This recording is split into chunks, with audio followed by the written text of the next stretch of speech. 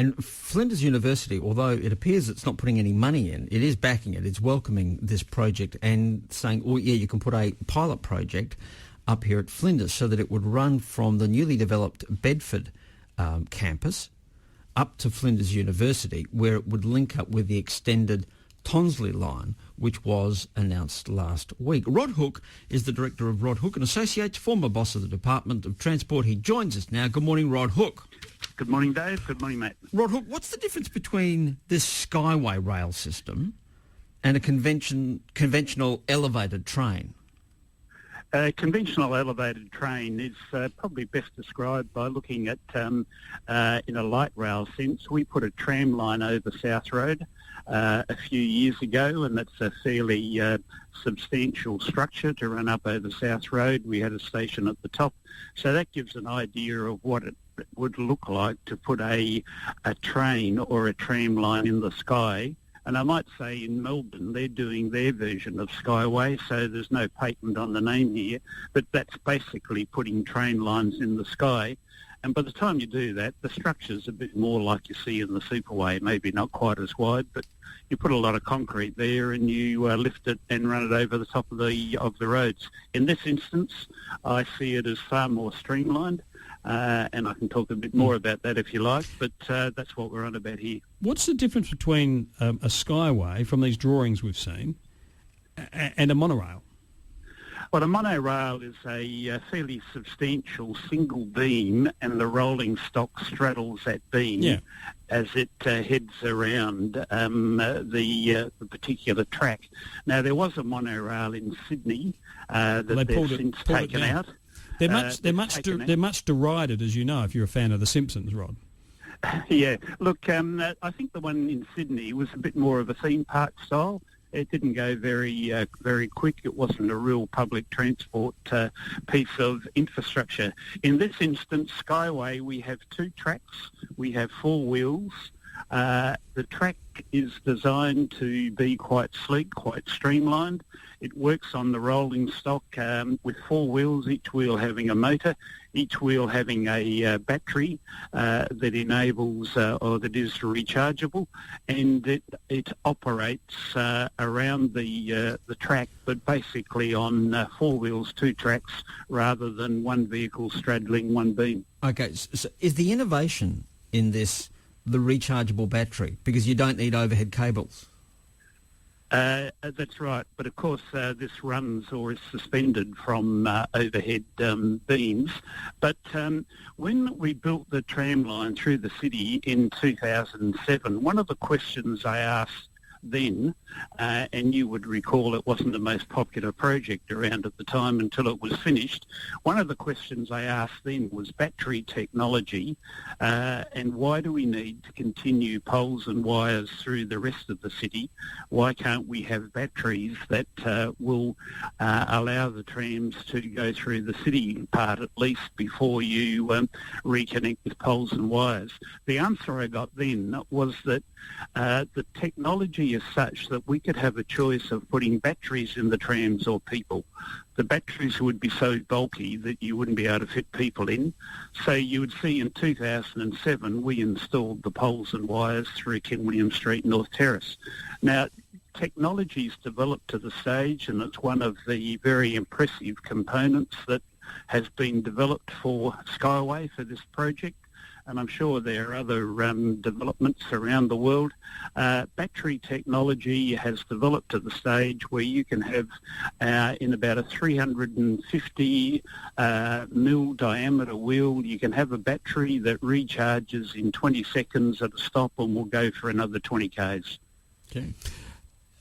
Now, Rod, what is your plan? It sounds like your plan initially is to build effectively a demonstration run of this. Is that correct? I've talked to a few people about the possibility. I've had comments about people think we're on a winner. People are impressed. Well, people think you're nuts. In looking at it. Look, I haven't had that comment. There may be a few of your listeners in that category. I'm not sure. But basically, the comment I've got is that I don't think people are going to take a risk to build the first one. It's a bit like the retractable lights at the Oval. It's great we're first out there, but people want to see something operating. So they're building demonstration projects or prototype projects over in Eastern Europe.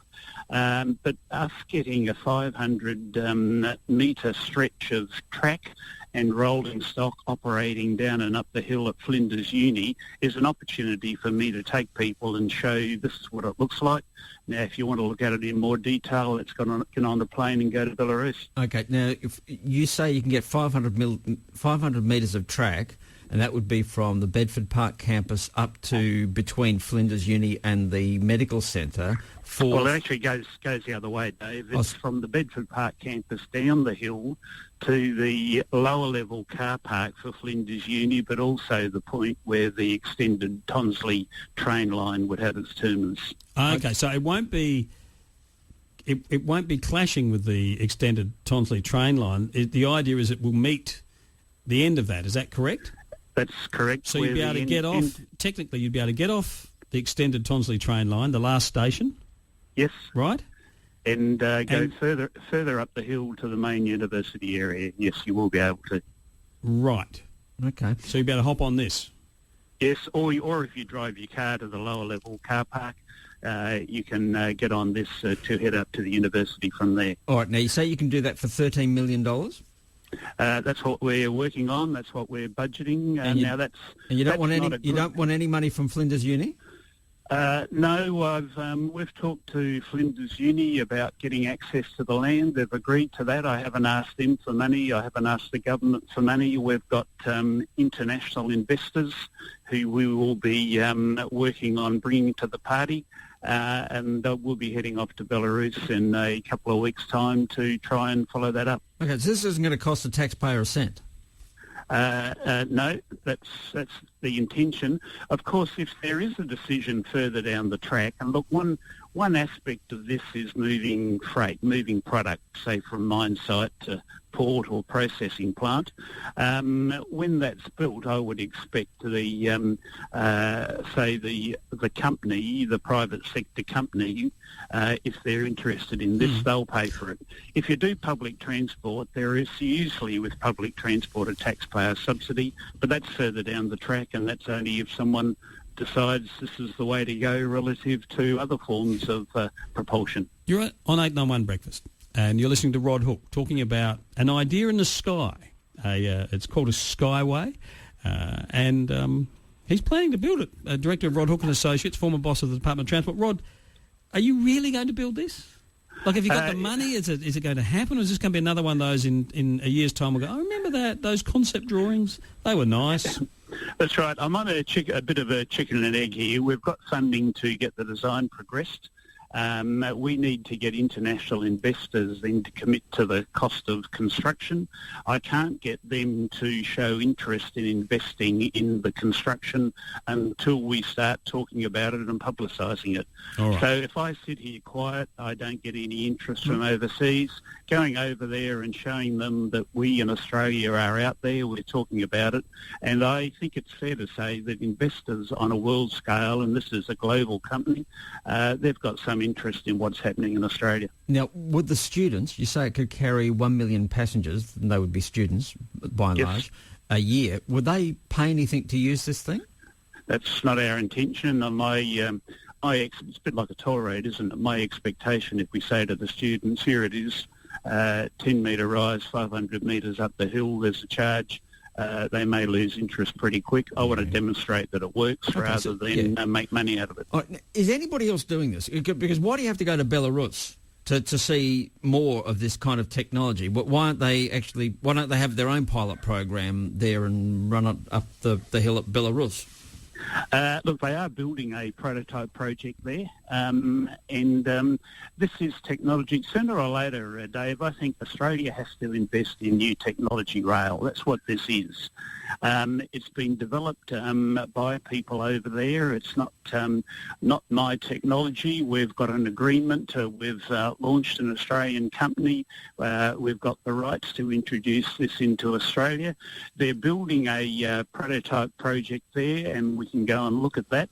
But again, short of anyone in Australia deciding that they'll go and look at what's being built over there, we just thought, and our discussions with them are getting a short section of track here. If we can get the investor funding to build it, that gives them something to hang their hat on too, because we're doing something in Australia. Well, are Flinders Uni going to kick in any cash? No, we've just talked to Flinders about using their land. I do some lecturing down there, and it's a development of their engineering program. I think it's good for the uni. Oh, no, great fun. Look, if you can get the thing up and running, and the federal government yesterday, if it's a shortened government, they're saying they're prepared to put $500 million into trams, and the total project, the big plan is $3 billion worth. So clearly there's a lot of money to be made out of train, trams and light rail. So you're prepared to... What you're hoping is that somebody's prepared to invest $13 million in this with a view to getting a much bigger slice of a much bigger pie. That's the way it works, Dave. Yeah. But look, I think we're talking new technology. We're talking sustainability, because we don't put corridors across the ground. We don't intrude on traffic on roads. And the key is we've got to be able to demonstrate we can do it more cost effective and come in cheaper than a traditional tram or train line. Rod Hook, thank you. Thanks, guys. That's the Skyway. There you go. More of a Flinders Uni idea. No. Rod Hook, Director of Rod Hook and Associates, former boss of the Department of Transport Planning and Infrastructure. Back down on planet Earth, on the road, thanks to the caller who's let us know there's an accident on the corner of Henley Beach Road and May Terrace. It's only a few minutes old.